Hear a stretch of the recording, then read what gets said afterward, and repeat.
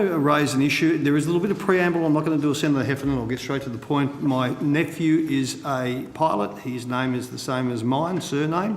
I was talking to him the other day. He was at 1,100 metres in what they call, now I think it's called the Teardrop or something like that, south of Jandakot Airport is where they do a lot of the young ones learn to fly. You'd be aware of that. I wasn't even aware of that down at Bunbury. He's not a young one learning to fly. And a drone zapped in front of him within 100 metres, I think he said. Don't hold me on that. He said he'd written a report to ATSB. Would any of you or your officers tell me you've got that incident report there, or you've received it? Senator, no, but I can talk in more general terms about the trend in RPAs if that... Look, we're going to do an inquiry on it, so I better just check with the Madam Secretary. I don't think we want to preempt a heck of a lot now, do we? Good. Okay, tell me all about it. Okay. I'll just, while I'm waiting for Dr. Stuart Godley, our statistician, to come to the table. So at this stage in Australia, since about mid-2014, we have seen a number of encounters between what we call remotely piloted aircraft systems, or RPAs, commonly referred to as drones, and fixed-wing and rotary-wing aircraft.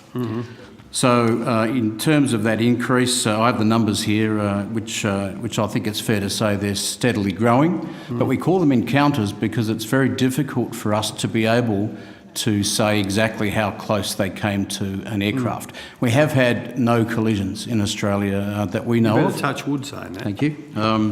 Between RPAs and manned aircraft.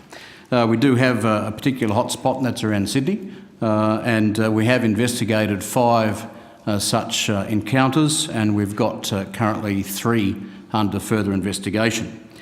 And we've been talking to the UK and the USA in this respect, and they are also experiencing exactly the same phenomena that we are, which is an increasing trend in encounters with unmanned aircraft.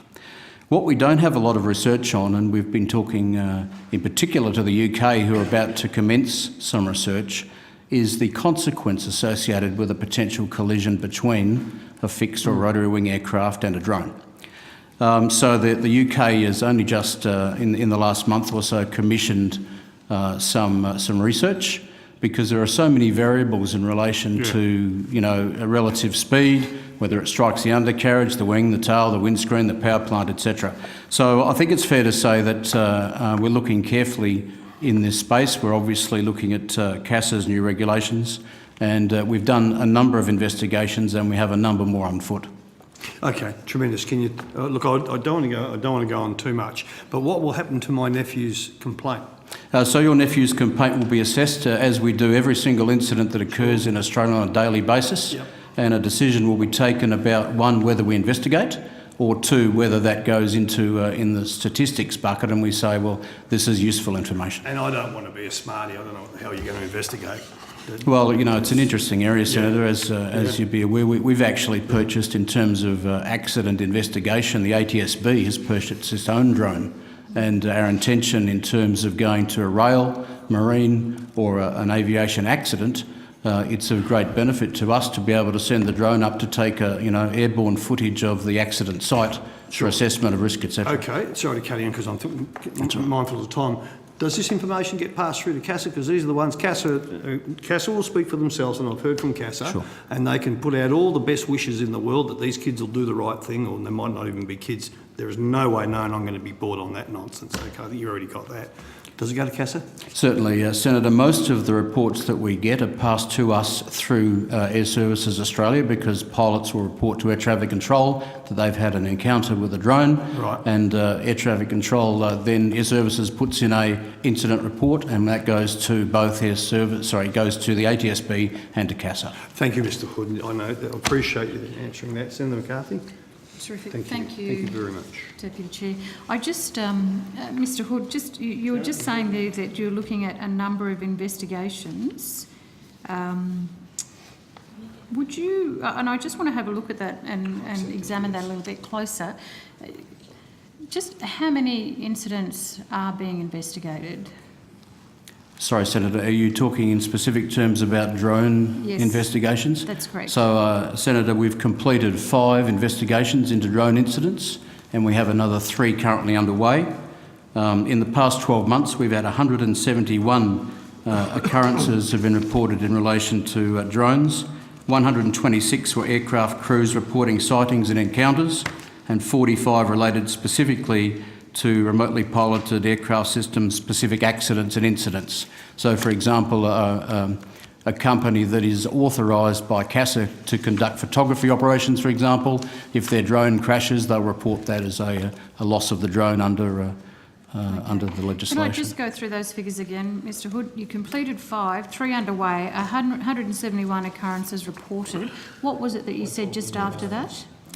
So we had 126 were with the aircraft crews reporting sightings or encounters with RPAs, similar to Senator Sterlo's nephew, where he sees one. We don't have any information that is able to point us to who's operating that, whether it's one that you can buy from Aldi supermarket or whether you can buy it anywhere else. And there were 45 related specifically to accidents and incidents reported by operators. Good, I've got those. So when you look at what you're going to investigate, what's your criteria?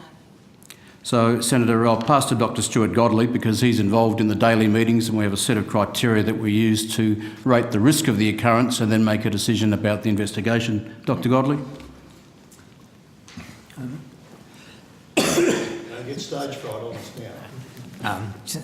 Stuart Godley, Assistant General Manager of Strategic Capability.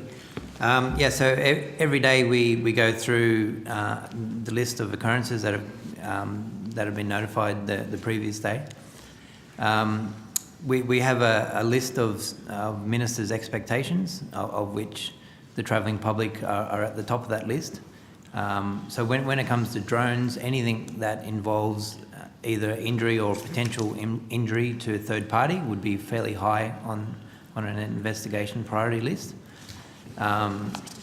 Otherwise, if it's an encounter, we have done some investigations in the past, some of the earlier ones, but what we found was that we had no way of determining who was flying the drone, and the investigation came down to what the pilots of the manned aircraft saw. In terms of other remotely piloted aircraft, in the last month or two, we've had 3 investigations where they're fairly new aircraft coming in, and these are larger aircraft, so not your 2 kilogram ones, but your 10 to 20 kilogram aircraft that are being used. Either they're being tested for specific to go on for sale, or they've been tested by the operator, such as we had ones up in Ballina being used for shark spotting. Okay. Sorry, on that, could you just let the committee know at what heights are these interactions or incidents? Sorry, Senator McCarthy. So the encounters with other aircraft, the majority of them happen above 500 feet, and that's a fairly significant level because your under 2 kilogram drones are only allowed to be flown up to 400 feet within line of sight. So most of the encounters are actually above 10,000 feet. Okay. And if I may, Senator... above 1,000 feet, I should say. If I may, just to put in perspective, we did have in 2015 2,000 animal strikes on aircraft, 97% of which were birds, and a number of kangaroos, wallabies, 1 dog and I think 1 cow.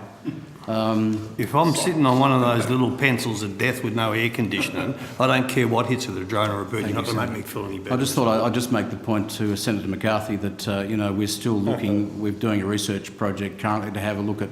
We don't yet understand the consequence of a potential impact between a drone and an aircraft, but of course daily we see collisions between birds and animals and an aircraft, and this is where the UK is going to pursue its research activities.